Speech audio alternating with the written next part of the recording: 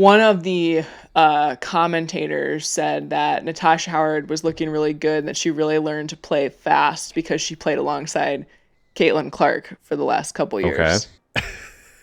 No. Caitlin Clark did not teach Natasha Howard how to play.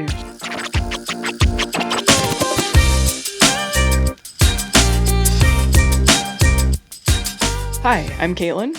Hi, I'm Alex. And this is Raising the Game, a women's sports podcast covering primetime performances, the business behind the athletes and leagues, and what the growth of women's sports means for the next generation of women's athletes. We're back. We are back. We've got kind of a similar thing we've had the last few weeks here. Yeah, updates across all three PWHL, major leagues. NWSL, and WNBA today. Yep. Yeah. It's been a warm one today. We're out all day. If you can't tell if you're watching the video, we are. If we're a little glitchy, it's because we spent, 24 total hours over the weekend moving dirt and sod, 6,000 pounds of sod, or something like that. We're gonna try and hold it together today. We'll do our best. Before we get into headlines, want to do favorite things? Yeah, let's do it. All right. And I said things. I just realized it's supposed to be things. Yeah. It's turned into things. It's always things. I was struggling a little bit with this, to be honest, because, again, we kind of were focused on a lot of other things this weekend. Yeah. I was super excited to see Mal Swanson score another first goal coming back from parental leave after having her daughter Josie last fall. So that's it's her second game back. We'll probably talk about it a little bit later, but really exciting to see. I'm cautiously optimistic about the Lynx. Okay. Yeah. We were talking about that earlier. Streak. Things seem to be gelling, right? Cheryl's cooking in the kitchen. She's making it work. Yeah, we got a lot of stuff working right there. Yeah. And I think kind of going back to what I said, I don't know how many episodes ago I said first 5 to 10 games, we'll kind of see where we are, and I think we're in a good spot right now. Yeah, and just for every team, thinking about that timeline that Alex laid out, we're about six games into the season, roughly. Some teams have played more or a little bit less than that, but we're coming up on that window, and Commissioner's Cup starts June 1st. June 1st. Yeah. So that's coming up here. We can outline a little bit about that in our WNBA segment. I think my favorite thing is I have to steal what you said tonight at dinner for your favorite thing, and that was being able to just be outside all weekend working on the yard while the girls got to just hang out next to the pool. Yeah. It's an inflatable pool. We don't have an actual pool. Just let's set that standard. Just hanging out by the pool, laughing and giggling and having a good time. So I thought it was a good weekend.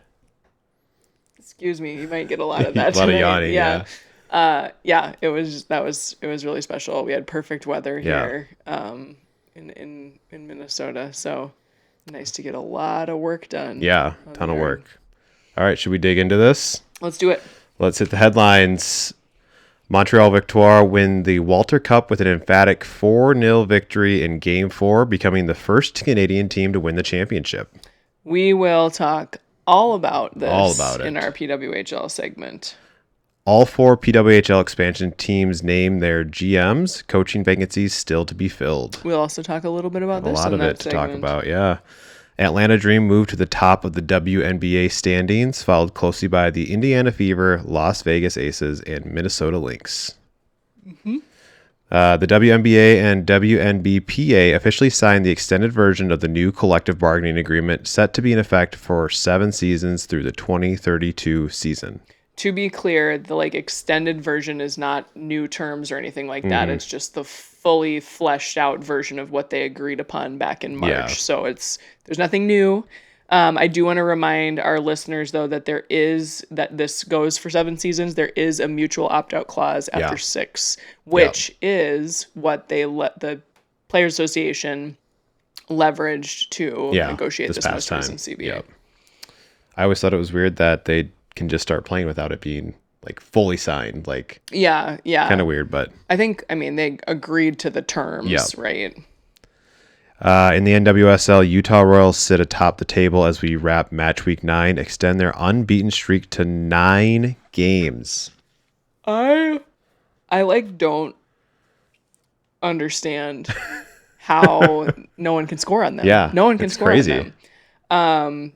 This also comes at the hands of losses by both Portland and San Diego over the weekend, or over the course of the week. So I think, over the weekend. So I think that picture would have looked a little different on the table, but we'll talk a little bit about them in our NWSL segment.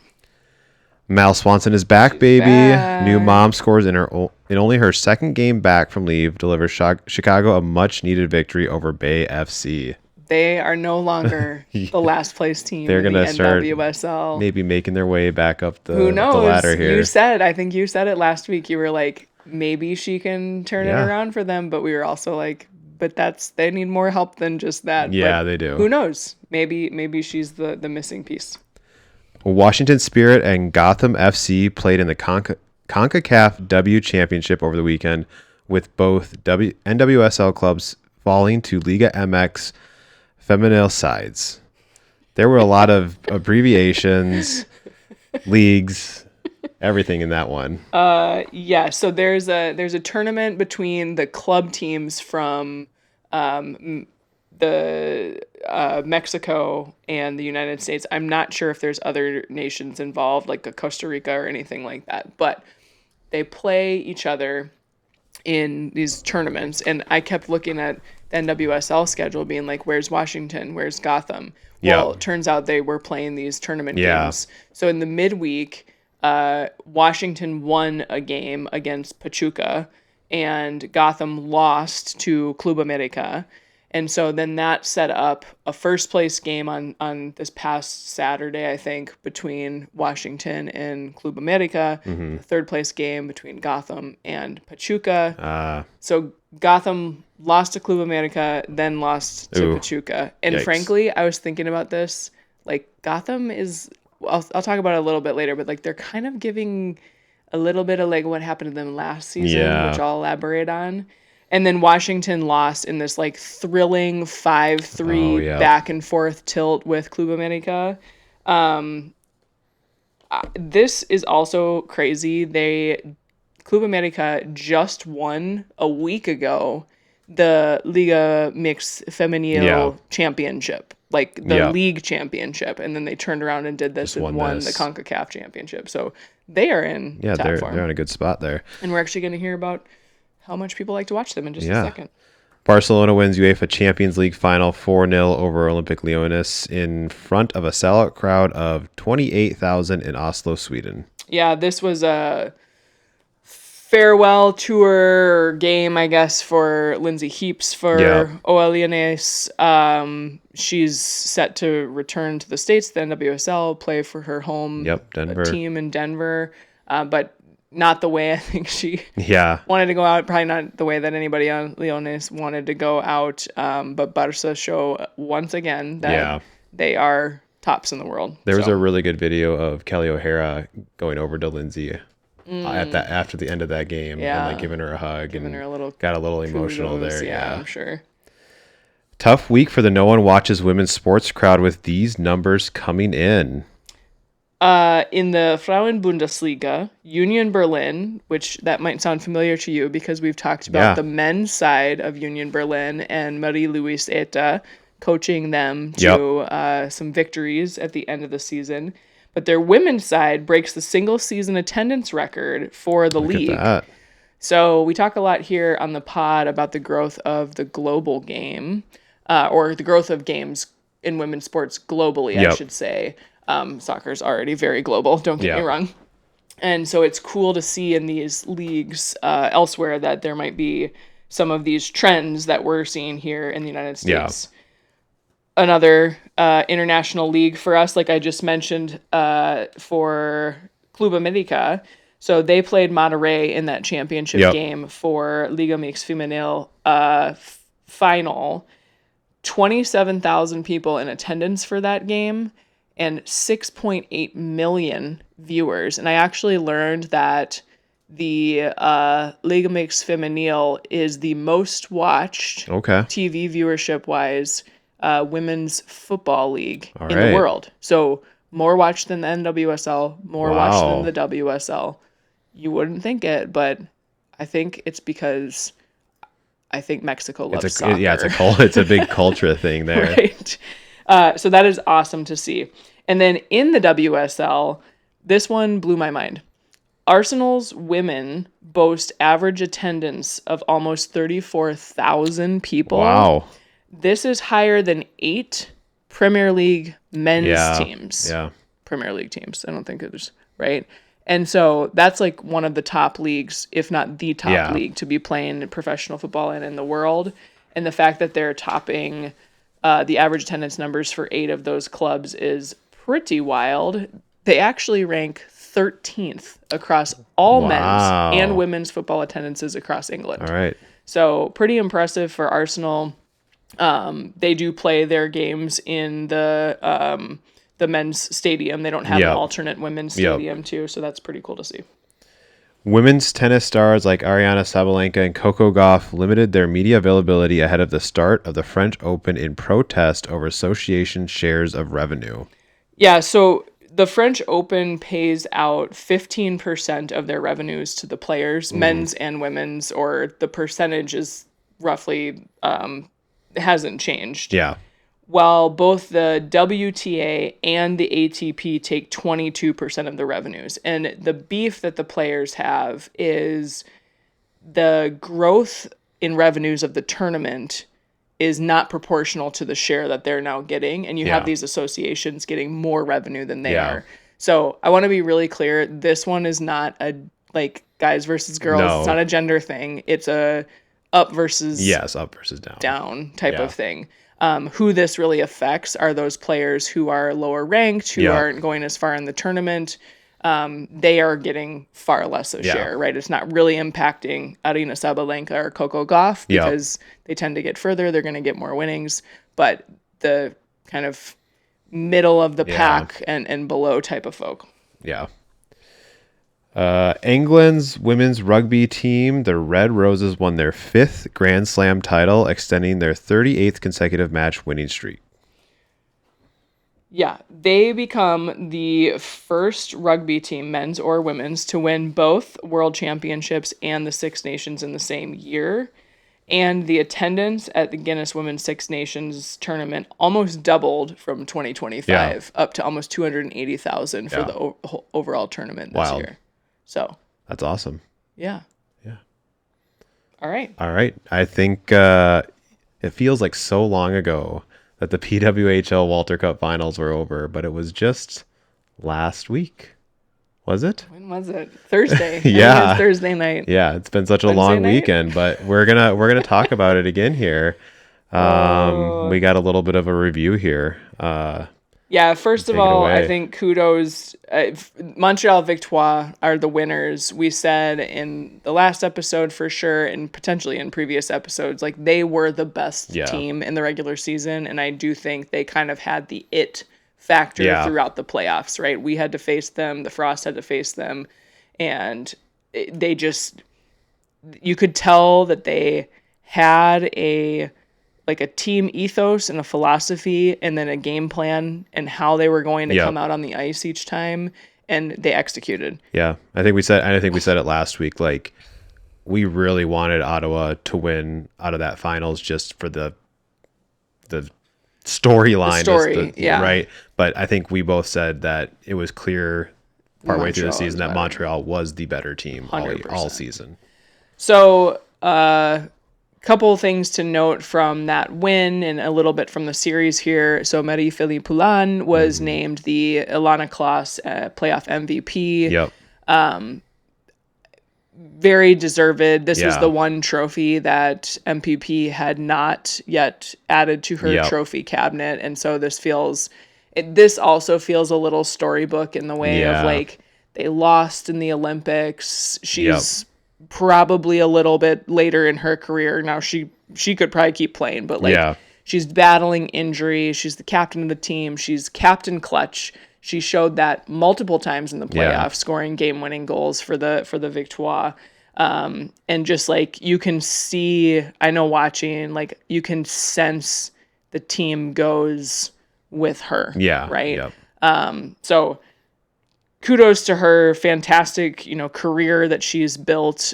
We do hope to see more, but who knows what that injury is like and kind of where she's at with that. I had to call out Abby Roque. Mostly because she scored a goal in one of the games with her head. Off her face mask. Literally off her face mask. But she scored a beauty of a backhand. Yep. Dangled a couple players, came off the far boards, and just like in game 4 in the championship game, it kind of sealed the game. Yeah. It took the game from 1-0 to 2-0, and like all the momentum shifted to Montreal at that point. I have a stat that I believe she was the second person after Taylor Heisey to have 2 multi-goal postseason games. Oh, amazing. I definitely thought you were going to say like the second person to score off their face mask. Not quite. They keep track of those things. And then they call her the Wall of Montreal. Oh my gosh. Ann-Renée Desbiens. I don't know what else to say, really. You couldn't score on her. Yeah, it was impossible. Nothing was going in. Nothing did go in, but it couldn't. It wouldn't go in. Yeah, and she had some of the most. Now I'll talk about Gwyneth Phillips here in a minute, so don't get it twisted. She's also incredible, but ARD had some of the most athletic, like acrobatic saves. Yeah. She's fantastic with her glove. It just was like she played so, and she was huge for them, and a couple of moments where it was really critical for her to be making a save, right? And that's what you need. Yeah, that's what you need.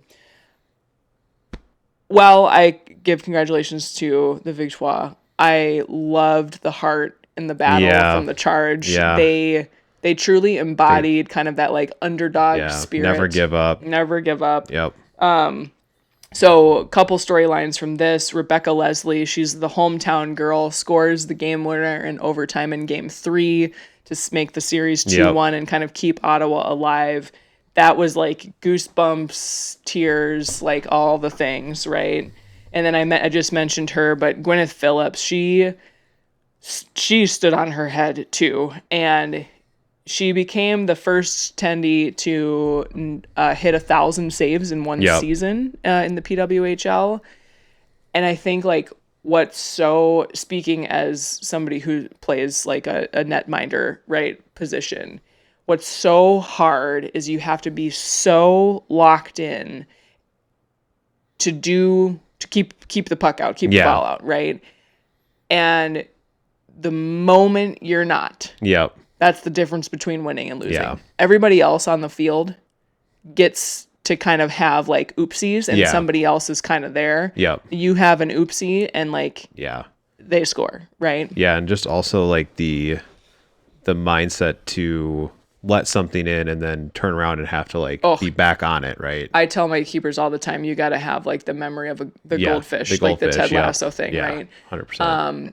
The other thing I think of with Phillips is we had talked in the Boston series about how many shots she faced. And it is just, especially in hockey, I think because like sight lines are so obscured, the puck's so small. Yeah. When you're facing that many shots and you're not able to get a break, you're like, that's so hard. Yeah. Like eventually you're going to fatigue on that. Yeah. So she was incredible. Yeah, she was great. Happened to kind of lost it right in that moment. Yeah, so, for sure. Just want to finish out here related to the Charge.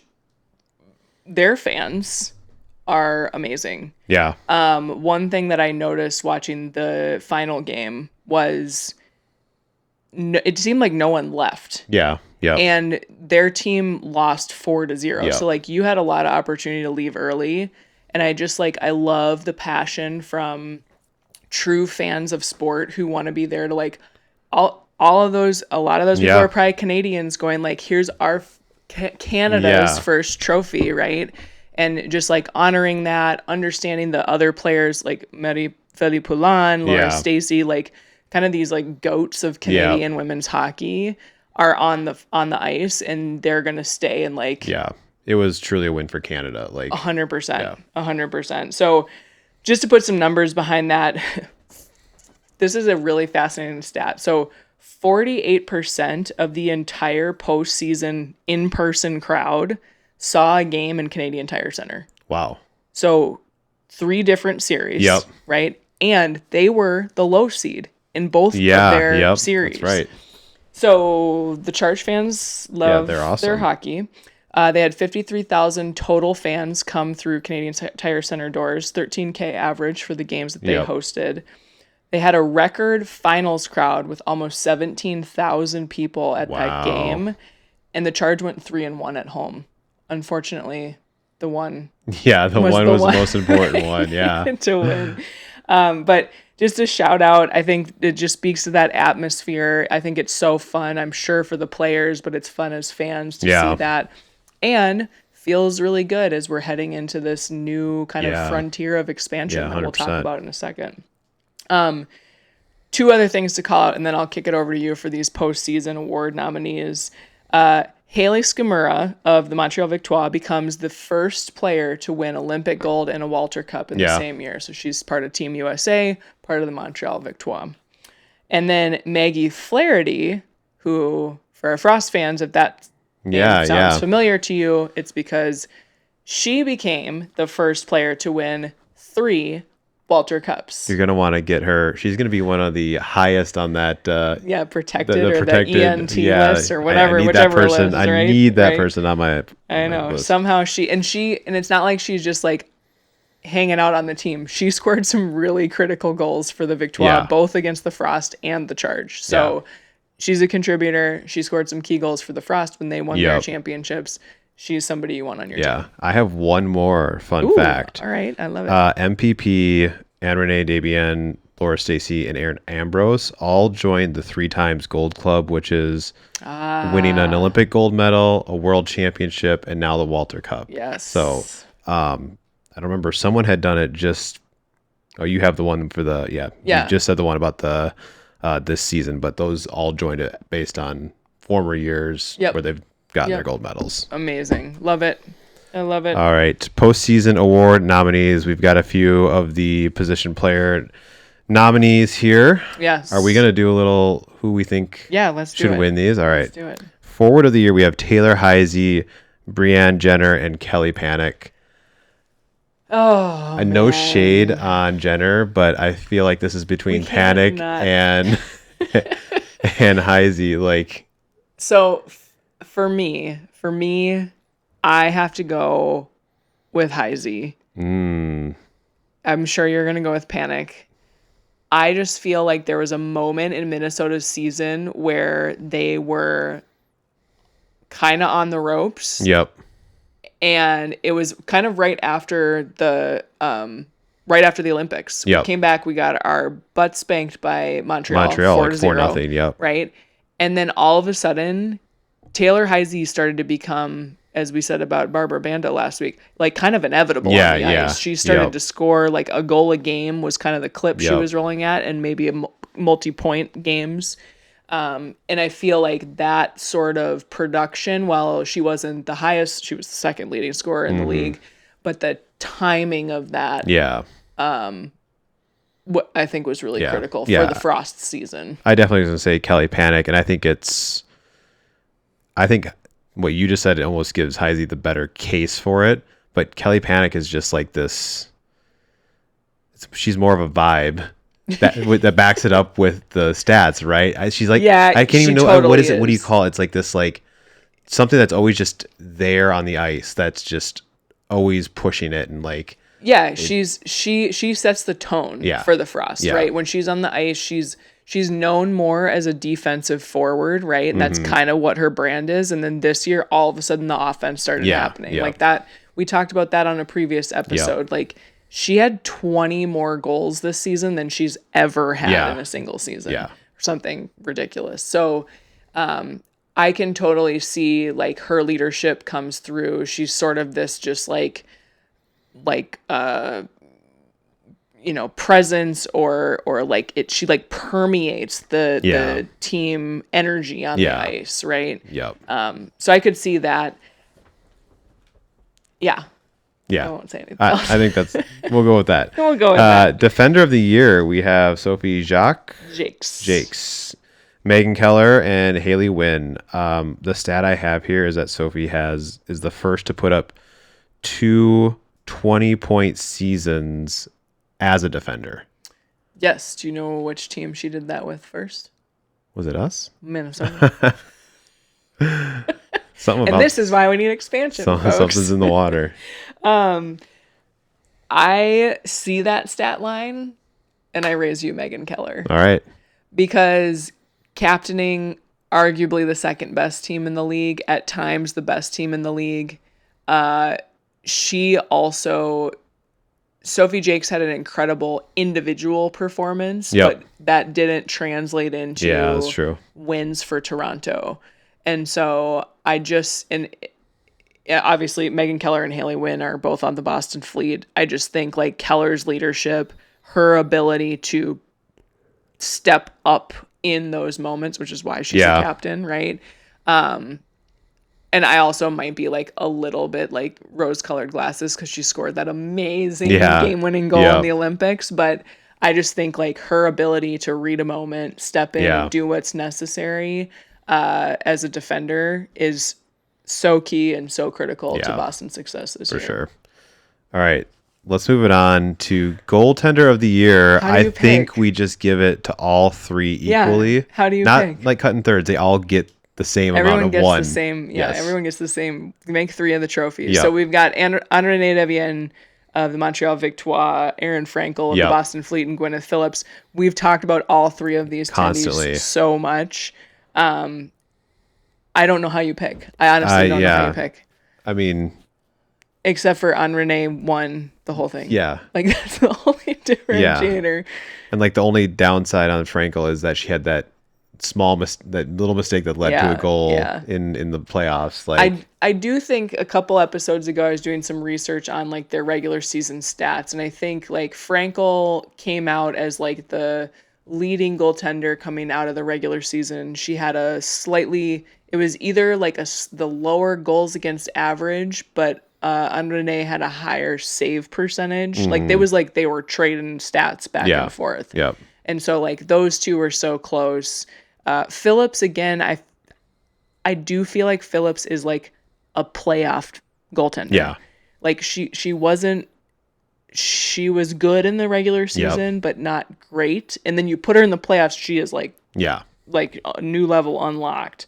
So I feel like I gotta give it to Arity, the Wall, and Montreal. I would not be surprised at any of them. Whoever they choose here. Coach of the year, Corey Chevry, Carla McLeod, sorry, and Chris Spar. Is it Spar? I actually we didn't look up that pronunciation. We're sorry for it, Chris. So Montreal's head coach, the Ottawa Charge head coach, and pick. The Boston head coach. I already voted on Instagram, and I voted for Carla. Okay. Who'd you vote for? Corey. Oh, okay. Uh-oh. Let me make my case. Okay, couple things. 1, Carla was battling breast cancer all season long. Went away for treatment. She has coached up her staff and her team well enough to be able to say, hey, go take care of you. Yep. And during that time, they were able to qualify for the playoffs. They were not in playoff contention at the time that she left. So they were on their way up. They were able to maintain the ship.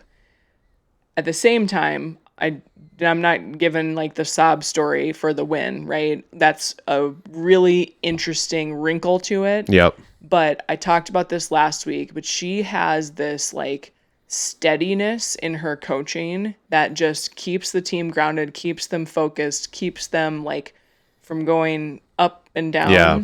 That I just there's a like a je ne sais quoi there that like is unmatched, right?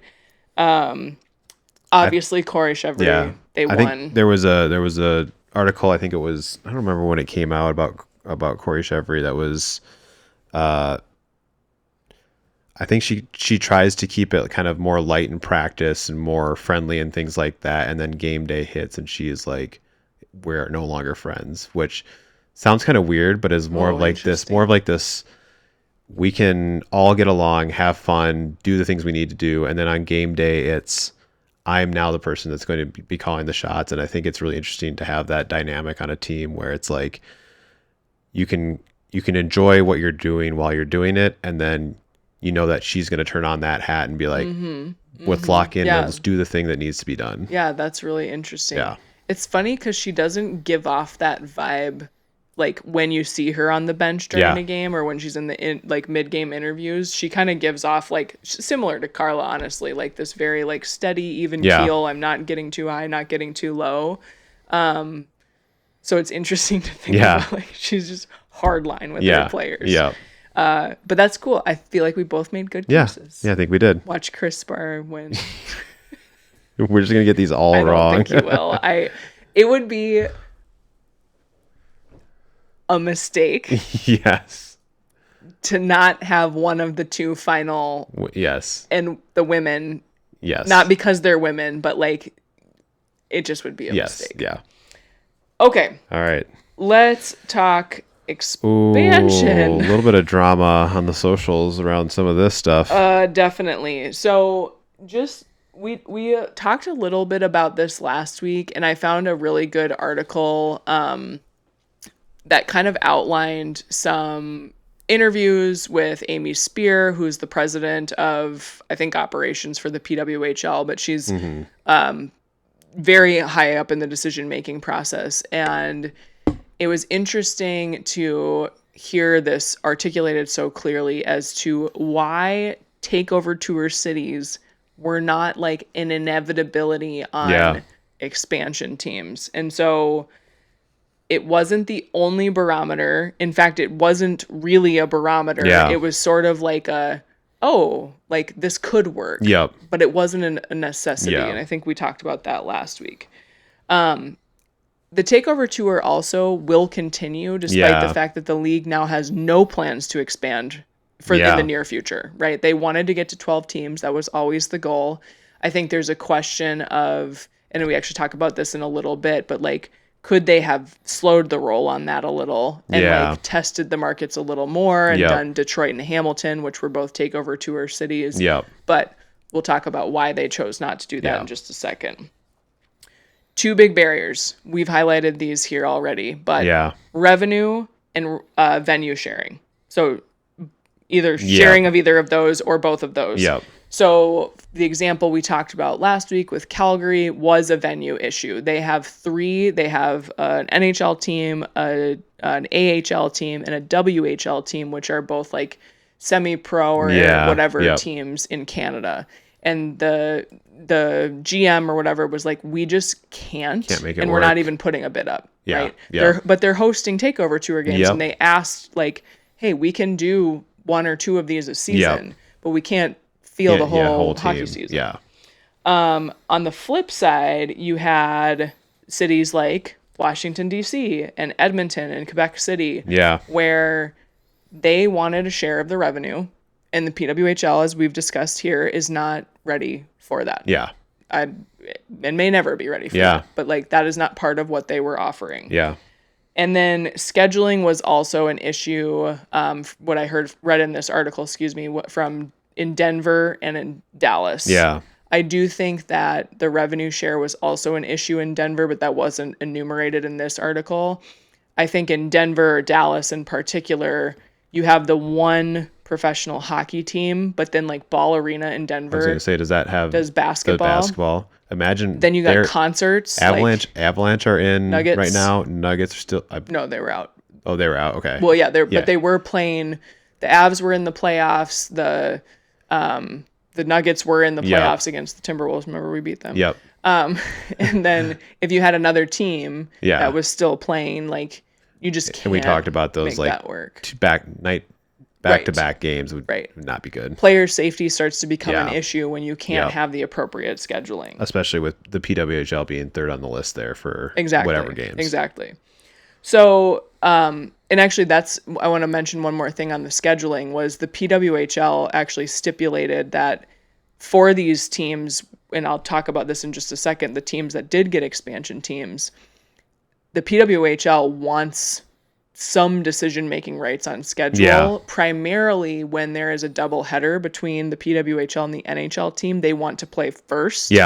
And so these teams, these cities, were willing to do that. So we already know about San Jose. We know about all the teams, right? But in San Jose, they are going to play in SAP Center where the Sharks play. Detroit is going to play in Little Caesars Arena where the Red Wings play. Las Vegas will play in T-Mobile Arena where the Golden Knights play. And then Hamilton will play in TD Coliseum. Hamilton now doesn't have an NHL team, but they have an AHL team. Okay. It's a big venue. It's actually where, they've done takeover tour games there. I think it has. I think it's like 16,000 or so at least. Yes. So those cities were all, or those NHL teams were all willing to embrace kind of the asks of the league. And then you think about like the final rationale for where they picked. A lot of it is driven off of trying to secure this U.S. broadcast deal. They need that broadcast revenue. And so two things had to be true in order for that to potentially come to fruition. Is one, you need an overloaded U.S. market. I think 7 and 5 is a perfectly fine split. That's not like out of bounds of being way out of balance, right? And you absolutely had to add to the West Coast. You couldn't keep Seattle and Vancouver out there with Minnesota the next closest team. And we had a quote from someone at the PWHL a couple weeks ago that we talked about how they said they're ahead of schedule with their revenue. Stancast. They're very close to being in the black, I think. And so you're not going to try and you can't chase down a broadcast deal with less U.S. teams at all. Yeah, no. And that broadcast deal is the difference. When you're smelling the black, you're like, we got to do this. So that was sort of a little bit of like we'll kind of wrap on like why those expansion teams were chosen. And now we're going to be moving into how are we going to be constructing these teams? And we know a little bit about how they are running the expansion process, which is going to kick off here on June 2nd. That's when protected players start to get announced or whatever. But what's also critical is naming your general manager. So each team now has named their general manager. Most of these teams yet to have head coaches. But obviously this is an important first step. So I'm going to talk through each of these. It's really interesting, and I think something to listen for is like the experience that each of these GMs are bringing to the table. Yeah, we have kind of like two absolutely, and one you're kind of like, okay, interesting. Where's this coming from? But then with the city, it makes sense. Right. Yes, exactly. So for Hamilton, Ontario, we have Megan Duggan. She is a U.S. women's hockey, a national hockey team star. So basically came into the national team in 2007. She captained the team from 2014 until her retirement in 2020. She is a 7-time world champion. And a 2-time Olympic gold, or one-time Olympic gold medalist in 2018. She is coming off of 5 years actually with the New Jersey Devils and the NHL as a director for player development, which is really cool. That's basically deciding rosters and how players are going to progress through your system, right? Especially in the NHL when they like draft them and then they go do whatever they do. She also has played a part as the PWHL has been born in their special on their player safety committee and as a special consultant to hockey operations. This is like perfect credentials for a GM. I know. I literally have on my notes, it just says credentials. No, it just says hockey person. Like like what Yes. This person breathes, drinks hockey, right? Highly successful Yeah. as a player. Went to the University of Wisconsin. There you go. Want to mention that. And then highly successful in kind of converting her play and experience into a professional career post playing time, right? Yep. So now we move to Detroit. So we have Megan Duggan in Hamilton. We move to Detroit. We have Manon Rhéaume. I had to look up how to pronounce that. She is French Canadian. She played on the Canadian national team. Very interesting. Very fun story. This is great. Here. So she's a 2-time women's world gold medalist. She's an Olympic silver medalist. And she is the first woman to play in an NHL game. Yep. So Manon Rhéaume was a goaltender. Yep. And she played for the Tampa Bay Lightning. Yep. As a goaltender in the NHL. She also was the first woman to sign a professional hockey contract. Right. So way back when there were the first leagues, it's kind of the precursors to the PWHL, she signed a contract. So you have deep legacy here on sort of the playing career, understanding both like how, different leagues might work with her experience in the NHL. And so kind of a trailblazer too. Yeah. And I feel like that's so important. Yeah. I don't remember if it was during like the playoffs, during like intermissions or whatever. I think the PWHL has put out like sort of like a mini documentary that they were playing in between things about her. And it was really cool to see like, how she got selected and for the Lightning and did all that. That was really fun. So, yeah. So I think cool to see. So you've got, now we've got Duggan, hockey pedigree, blah, blah, blah. Rhéaume has this really really trailblazing story. And then in Las Vegas, we have Dominique Didier. And she joins from CCA Sports, where she launched the women's hockey department. Yep. She served as the co-head, working closely with athletes on representation, marketing, and career development. Yeah. So she's a marketing head. She's a marketing head. She did play hockey. Okay. I looked that up. She played at Trinity College. But I don't think her career went much beyond that. Now, you might be like, huh. But then you're like, Vegas. Makes sense. Where that feels like it fits perfectly. It fits perfectly, yeah. And we talked last week about how Vegas is experiencing the most rapid growth in girls hockey.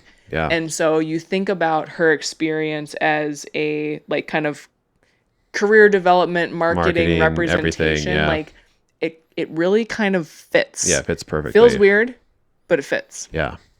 And then for San Jose, this was a little controversial. And this starts to segue us into our coaching changes. But Troy Ryan, who was the head coach for the Canadian women's national team and coached the Toronto Scepters in the PWHL, has moved on from Toronto and will be heading to San Jose and will become the first both GM and head coach. Oh, okay. Mm-hmm. You're going to do both, huh? Uh-huh. Well, Cheryl does. I was going to say, who does he think he is? Cheryl? Cheryl Reeve. He thinks he's Cheryl Reeve.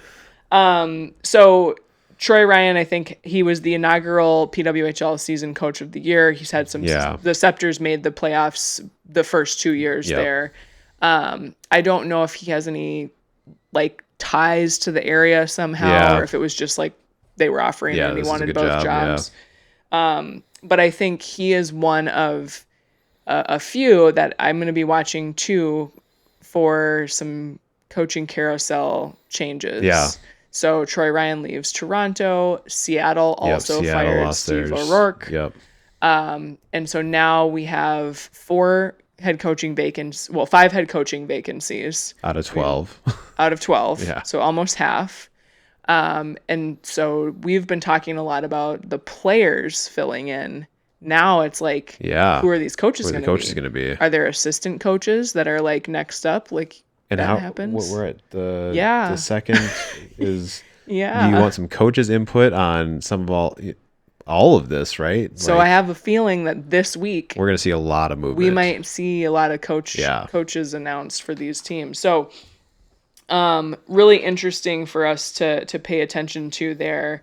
And then just to we've talked coaching changes, whatever. We've talked about the players coming in this draft. And I was reading an article kind of after Montreal had won, and they were interviewing a couple of the players, and they were like, we're just really trying to soak this in because this won't be our team next year. No. And when you think about that as an athlete, if you've ever been a part of a team sport, going and achieving something with a team and all the work that goes into growing that chemistry, and now you're gonna have to rebuild again. Yeah, rebuild the whole thing. And they just rebuilt last season. Especially when it feels so good to when you finally find that chemistry and start to achieve. It just that doesn't feel great. So it brings me to wrap this segment up, right? I think one of the other reasons, broadcast deal, great, but I think one of the other reasons that they opted to move forward with just do the 4 teams is we just did 2 expansion teams last year. We're going to go disrupt this again. If you had done 2 again and then 2 again, you do risk alienating kind of the fans and popularity if you're constantly turning over those players. How am I supposed to buy a jersey when the team's changing constantly? Right. And you have maybe little or no consistency on the ice. So my hope is this is kind of the last thing. Next season will be really interesting to watch. And then I think we'll start to see it settle in. All right. We definitely will have more on the PWHL. We're not done yet here. Yes. All right, let's kick into the WNBA. I think we're going to do just a little bit of kind of ups, downs over the past week. And I think we're going to also talk about ups and downs. Just ups and downs. Just ups and downs. All right. Let's start off. Kelsey Plum. Was it yesterday? Saturday. I don't know. What day is it? Yeah, it was a long weekend. But Kelsey Plum versus the Aces in a big win for the Sparks. 38 points on 70.6% shooting, 9 assists. This was also a night that the Aces rose their banner.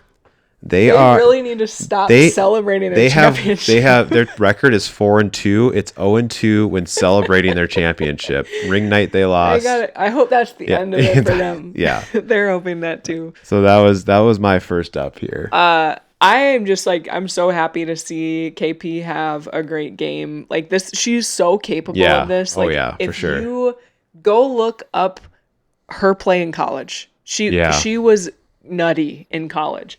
So it's good to see her kind of charge forward, and she's not doing this against a slouch team either. She's doing this against the defending champions, as we all know now. And her former team. Where she's won championships. So I love seeing that. I do hope that it wasn't a blip on the radar. I don't think she needs 38 every single night. I hope not. They need to start producing elsewhere around her. But fun to see. All right, my up. Natasha Howard of the Minnesota Lynx now. She's been a surprise for me. So I wrote coming up big for the Lynx because we lack depth. At the forward and / center spot. We have been losing bigs left and right. We've got Fia still out. She is slated to be returning these next couple of weeks, so we'll see what happens. We'll see how it goes. We had Chikova go out with the ACL tear. We've got Dorka Juhas, who's still out with a foot injury that she sustained in the championship game of her European League. And so, we've basically got Tosh down there. We've got Nia Coffey kind of trying to help out, but she's an undersized forward. And then we've got Hoff, I can't think of her first name right now, developmental player who's getting significant minutes down there if Tasha gets into any kind of foul trouble. So this is Natasha's 13th season. She's won 3 championships in her WNBA career, so she's a proven winner.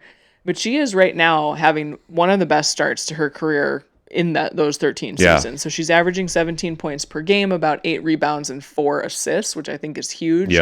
She's able to play a lot of minutes too, which is really a challenge in this new era of refereeing that's happening now. Yeah, we talked about last week with the whistles and the stoppage. Right.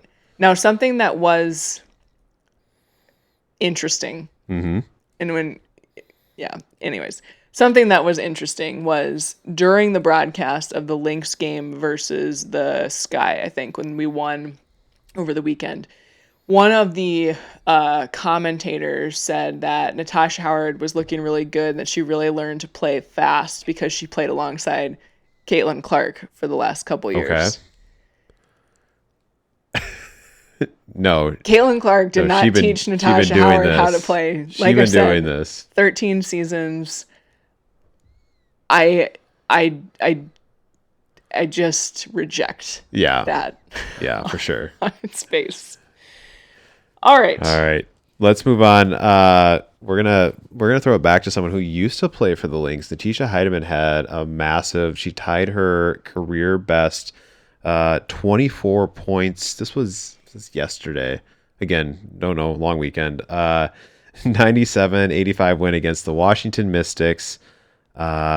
And this is on the second straight that the Storm have had without Malonga. Yeah, I saw Dom sitting there on the bench. She got her glasses on. In concussion protocol. So, yeah, it was fun to watch her just go off, have a night. She deserves all the success in the world. She does. She's so great. She's one of the best out there as a human. Yeah, as a human. Yeah, 100%. Very fun to see. I love seeing her light it up, and she's very capable too. She can score. Oh yeah. She's got that. She's a lefty, so like I think that throws people off. Fun to see. And then my rounding out our ups, I'll say I've got the Dallas Wings. All right. And I just saw something before we got on to record here that is gonna throw a little. So I believe our clip on Jose Fernandez's comments around the team being selfish just went out today. Oh, did it? We just posted this. I'm wondering if that actually did something to the team because they've won 3 of their last 4. All right. Since he said that. Yeah. So when they lost to the Lynx, he was like, right. We got selfishness in this locker room. Maybe he does know his team. Okay. Let me get there. So like I said, won 3 of their last 4. They're 6th in the league overall. They are 4th in the West. So the West is kind of the West and the East now have kind of flipped from what I said last week. Yep. Literally. All right. AZ Fudd, number 1 overall draft pick. Yep. Is starting to find her groove thing. I think she's getting more minutes. She's starting to play a little bit more. She had an exceptional performance against the Liberty yesterday. Yes. She set the record for a rookie for made 3-pointers in a quarter. Yeah. She went 5 of 7. Okay. From 3, 6 of 12 overall in the game, 24 points. All right. In the game. Yeah. Not in the 5 of 7. Yeah. That's how you're trying to do the math there. So that is fun to see. And I think I went back and looked. It looks like she's kind of been, around 12, 8 points a game in that 4-game stretch that I just mentioned. Now, in the post-game press conference after the Liberty game, Jose Fernandez was asked, so when are you moving AZ into the starting lineup? I don't think he likes being asked that question. Oh, my gosh. He was like, is that important to you? What is going on with this guy? Sass to him. Wow, okay. So I can appreciate it. It probably gets annoying. Yeah. I'm sure he's asked it every single time. Yeah. And she does actually, when I've seen her play, she does kind of come across as needing some time to marinate in the league a little bit. But I also don't know if that's just because she's not getting consistent playing time. She did stuff Stewie. I saw that. Did you see that? And that's the name. That's the name of her dog. Yes, that is the name of AZ's dog. So that was great. That's amazing. All right, let's move it on to Downs. There will not be enough context in the clip that's going to get clipped of this for me to not get attacked. So Caitlin Clark had in the midweek game, it was an hour, maybe 2 is generous, I think, that they said that she is going to be out with a back injury. For those of you that don't know, injuries are required to be submitted by 5 p.m. the day before a game. And so this was an hour or 2 before the game. Mm-hmm. They got warned by the WNBA. The Fever The Fever got warned.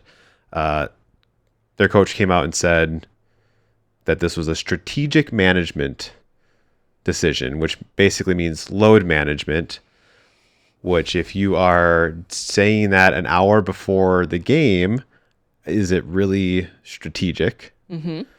I mean, we can go a lot of different ways with this.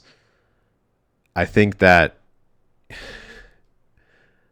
trying to be very careful with my words here. It's either you're going to have a load management protocol for someone who has potentially a lingering issue. And at that point, it's like, why are we continuing? Like, is she ready to actually play? There's been a lot of talk about her having to go in at half and get adjusted or get massages. And so I think for the fans, it's like a couple of things. Is she hurt or is she not? And it's not up, we don't need to know that. We don't get to know that. But also kind of the notification part of it is this is for the fans. They need to know, is she going to play the next game? And some of them are thinking, should I show up? Because the main reason I bought this ticket was to see the superstar, right? Yeah, I mean, and you saw that if you watched that game. Yeah. They didn't have as good of a attendance turnout, I think, at Gainbridge as they would have had she been playing. Now, where I go with this is, she didn't practice on Tuesday, and that's not like weird. Like players skip practice all the time, I'm sure, for these similar reasons, right? We're managing something. We were like 5 games into the season, and if we're already managing load at that point, I think it gets to something that you're trying to get at is like, are we actually addressing the issue if it's an issue for Kaylin, right? And I say that as somebody who does really care about player safety and player durability. I don't care what you think. Kaylin Clark is very, very good for the WNBA. And she is very, very good when she's playing. Yeah. She's good when she's not because she does bring eyes, right? Right, wrong, or indifferent. She brings a lot of eyes. But overall, I want to be able to see her on the court. Yeah. So if there's actually an issue here, I don't get to the root of it. And like let's actually solve it for her, right? And help her out. Now, she's coming off the groin injury last year, played about half the season, what have you, came back. Like, to me, if I was an athletic trainer, which I'm not, if I was a coach and we're already talking, like, I'm not sure if I can go, play a game or even play, like, some minutes, it's weird. Yeah. Right? Yeah. And there's, like, a whole bunch of, like, conspiracy theories flying around out there around what's going on here. Again, she attracts a lot of eyeballs and a lot of comments. But I want to see Caitlin healthy. Yeah. Right? Yeah. At the end of the day. Yeah. All right. This is more of just a confirmation. You were at the game last Sunday where Rakia Jackson went down. Got confirmation that it is a torn ACL. She'll be out for the rest of the season. So sad. She was, we have 18 points per game through 4 games. She dropped a 29 piece on May 15th, and Chicago was 3-1 at the time of that injury, and now is 3-3. They've lost their last 2 since beating Minnesota. Big loss for them. I think when we recorded, we weren't quite sure if it was ACL yet because they hadn't quite announced it. So just more of a confirmation on that front. And I mean, it is a down, right? Like she was, like you were saying, she was playing really well. I think she had real potential to kind of be sort of the star on Chicago. They've got some players out with injury who are just coming back. I think I saw Skylar Diggins and Azuré Stevens were back in the lineup over the weekend, but we'll see how they go over there. All right, and then my down was when the technical was called on Paige Beckers for clapping her hands. Yep. I was like, you got to be kidding me. Yeah. Like, what are we doing here? In a different game, which I can use this as an example, but like, I was talking about how like some of the yapping, the going back and forth, like getting in each other's faces, like that is part of the game. Yes. It's part of the fun. It's part of the emotion of playing a competitive sport. clapping to yourself. She was like walking away from players, clapping to herself. And the way she described it was like they were down a lot and they were starting to make a run. So she's like amped. She's like, yes, I got the foul call. And then like you get a tech call on you. And I learned that this ref in particular has called 2 technicals on Paige over the course of her this one and then this one last season, I think. And that when he's on the crew, that more techs get called. Interesting. And so somebody was like, somebody needs to investigate this guy. Like, what's going on here? I don't know his name. I don't even know anything. I'm just saying. I'm throwing it out there. Yeah. Now, we're gonna turn the down into the up. Is that the tech got rescinded by the league, which is great because Paige apparently has a bet going on with Alicia Clark, the longtime vet on the Dallas Wings, that she will go the entire season without getting a technical foul. She was like 5 games so in. So she was more mad about having potentially lost that bet, I think, than she was about actually getting assessed a tech in the game. So that was pretty funny. But as we continue to watch the refereeing on a more serious note, this was one that really stood out of like, what are we doing here? Yeah, it's wild. Just be consistent. Yeah. And I think too, like I was going to say on the emotions front, like we watched the Fever Valkyries game, which clearly emotions were running high there. And there were some moments where I think the refs needed to step in more, or they needed to, and they upgraded, like the moving screen on Caitlin got upgraded to flagrant, which it should have. But they're still, you can tell they're still trying to find their groove. They are. All right, let's move it on. NWSL, we've got week 9 results. We'll do a little rising and sliding, and then I think we have an interesting little topic to go over here. Yeah, so wrapping up week 9, we'll go through our top 5 really quick. So like we mentioned in headlines, Utah sits atop the table. 9 games unbeaten. They had a win over the weekend over my Denver Summit. 2-1, I believe.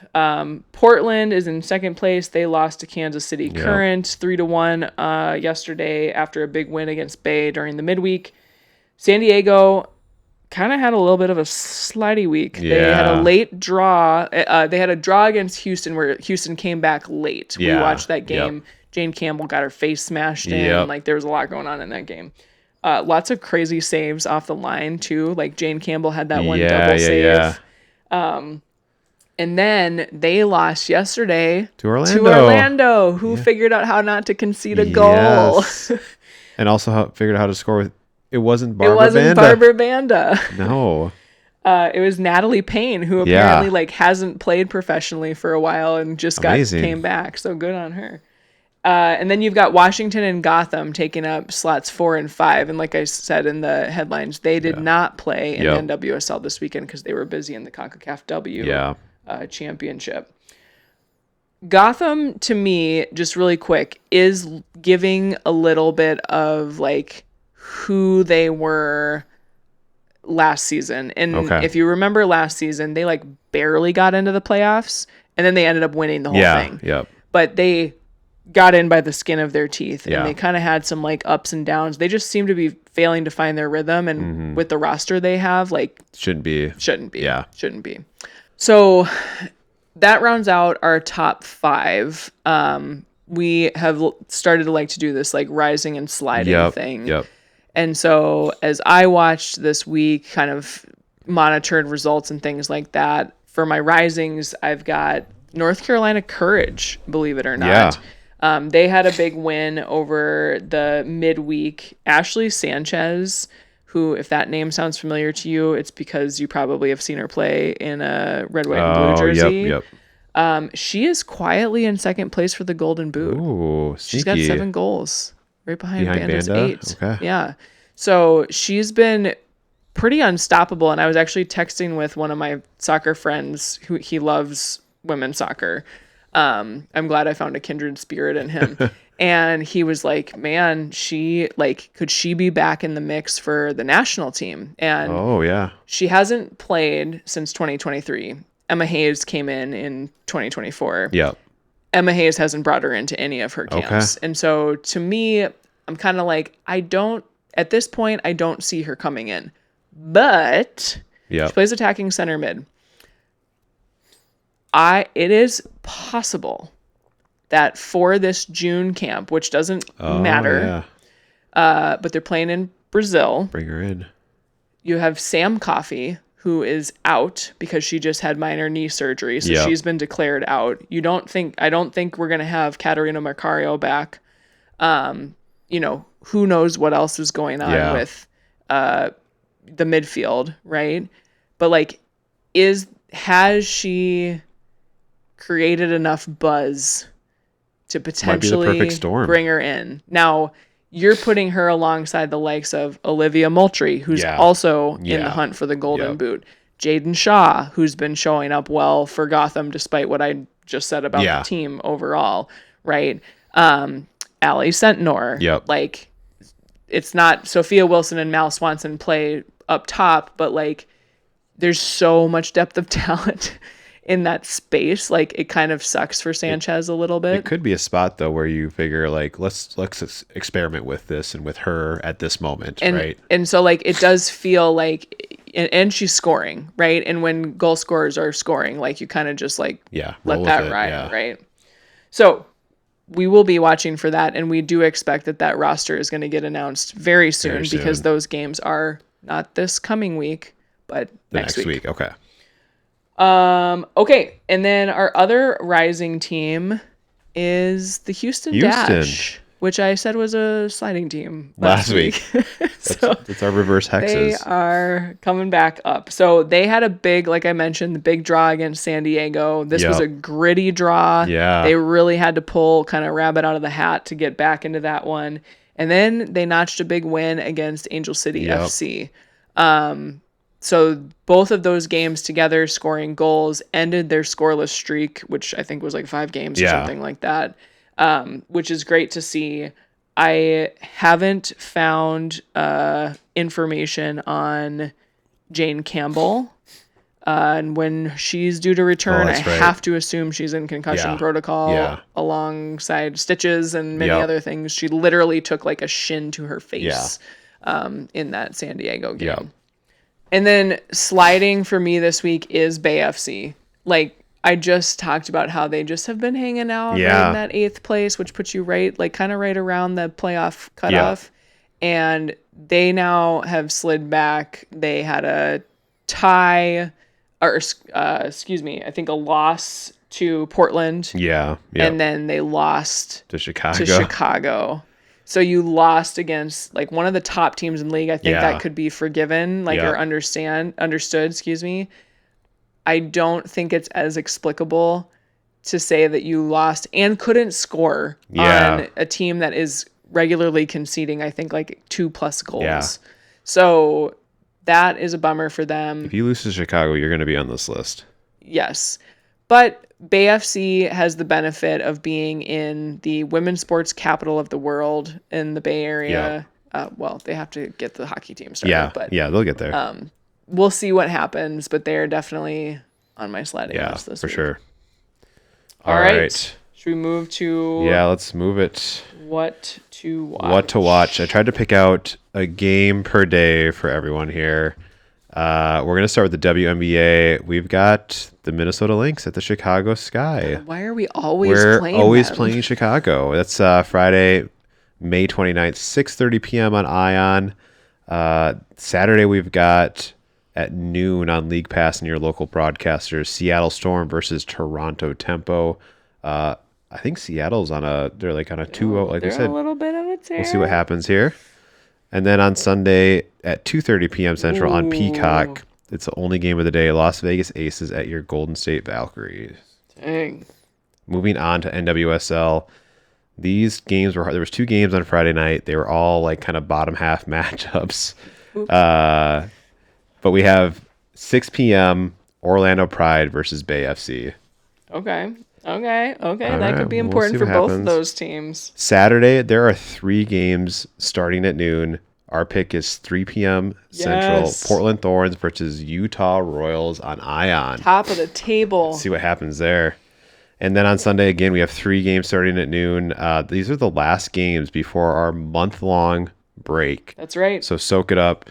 6 p.m. Angel City versus North Carolina Courage on Victory Plus. All right. Yeah, I think I just want to like put a finer point on that. Like this is the end of NWSL play for an entire month, Yeah. the entire month of June. Yep. The only game that will happen in there for the league will be the Champions Cup at the end, very end of June. It's like June 28th between Gotham and Kansas City. Yep. Last year's Shield winners and last year's overall tournament or playoff champions. Yep. Women's Elite Rugby, again, these are all on Women's Sports Network. Saturday, we have the TC Gemini versus Boston Banshees at 5 p.m. Central. Sunday, the Bay Breakers versus Chicago Tempest at 7 p.m. Central. And the New York Exiles versus Denver Onyx at 1 p.m. Central. There you go. Women's Football Alliance, potentially a game we may be going to. We're going to try. I believe they're playing on Saturday night. I could not get the timing of this game because their website does not have the timing like that. So we will potentially update everyone on what happens at that game if we get to go. And then for us local Minnesota folks, we have the Aurora playing Thursday versus the Rockford Raptors at 7 p.m. Central, and Saturday versus the River Light at 2 p.m. Central. Those are both away games. I think they're on YouTube. I think you can catch those on YouTube or potentially Fox 9 Plus if you're local. Yeah, if you are local, check the schedule. Try to make it out to a game at TCO Stadium out there in Eagan. Yep. It's really, really super fun, very accessible. Your kids can like run around on a little berm there. Berm area. Great atmosphere. Yeah, for sure. Usually the Aurora win. Yeah, we've been really good for the last since forever until they get to the playoffs.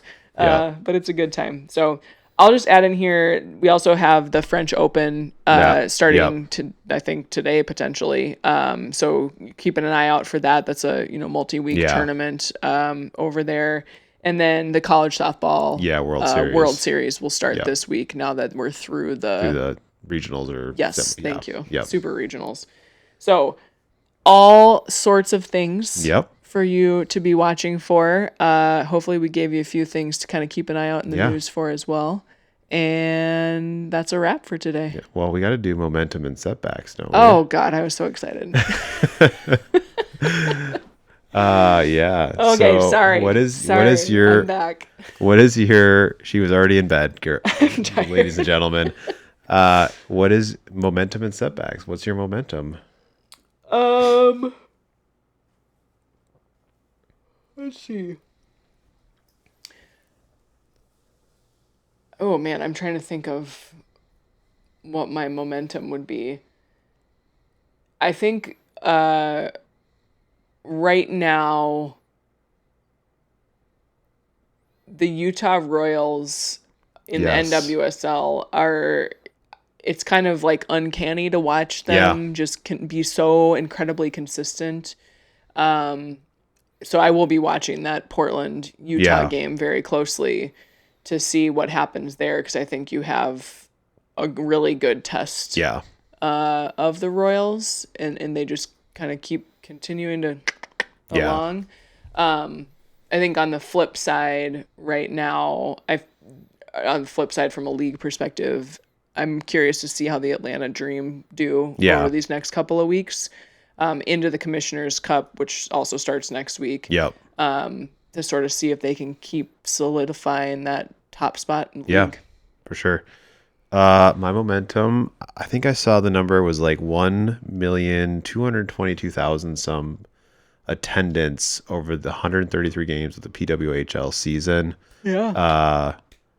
Which is fantastic. Like I think it was like around 9 to 10,000 per game, which is I think it was like 9,800. It's amazing. So just keep up the momentum there, and I can't wait to see what happens with this next season. Yeah, it's weird. Like June is gonna be. It's gonna feel like maybe it's like a pause, or like it's weird because you're kind of sliding into Commissioner's Cup for the W. The NWSL is on a break. PWHL like season is technically over. But you've got all the draft stuff going on for PWHL. NWSL, you have international games being played. And then you also sort of have this like, how are they kind of glomming onto the World Cup, which we're hoping to talk about next week. We'll talk about that, And then in the W, you do have that Commissioner's Cup starting, but we're also going to be kind of getting to the end of that time sequence you were talking about, right? So like the season really starts to shape up. So for sure. We better buckle up. Yeah. I don't know if I have a setback. Man, I'm not sure if I do, actually. I mean, the NWSL going away for a month, like we just talked about.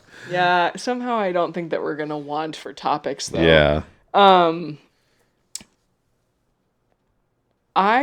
I think my setback is the, like, we've talked about this before, but the weird online behavior of WNBA basketball fans is really hard to navigate. Yeah.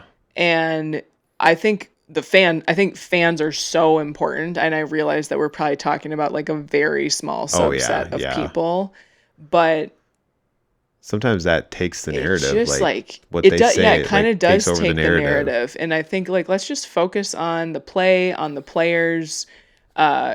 We can focus on the qualities and traits that they portray on the court. Yep.